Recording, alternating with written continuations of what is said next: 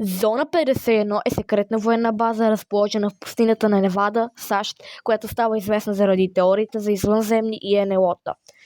Основана през 1955 година, тя първоначално е използвана за изпитание на шпионски самолети. През 1980-те години започва да се появяват слухове за извънземни технологии, особено след като Боб Лазар твърди, че е работил на базата и е изучавал НЛО и инопланетни технологии. Тези разкрития дават тласък на теориите за конспирация, според които на базата се съхраняват доказателства за извънземни.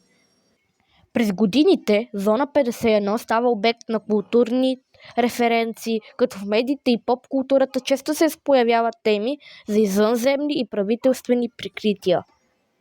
Въпреки че правителството твърди, че Зона 51 е използвана за тестове на нови военни технологии, като F-117 и SR-71, много хора все още вярват в съществуването на извънземни останки и НЛО в базата. Зона 51 продължава да бъде загадка, като всяка нова информация или спекулации водят до нови теории. Множество туристи и приключенци дори организират събития като Storm Area 51 през 2019 година, когато хора се опитват да нахлуят в базата, за да разкрият нейните тайни. Сега няколко факта за любопитните. Факт първи.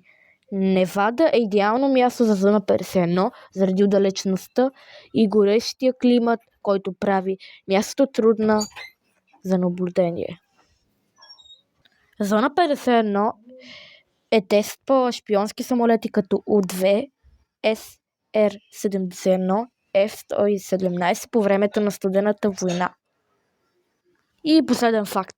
ЦРУ призна съществуването и през 2013 година, но не потвърди теориите за извънземни технологии.